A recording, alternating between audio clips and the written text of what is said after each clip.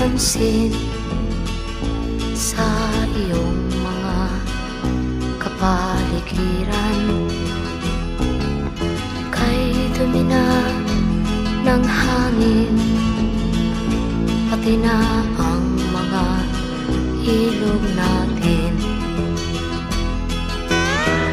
Hindi nga masamang pag-unlad at malayo-layo na rin ang ating narating.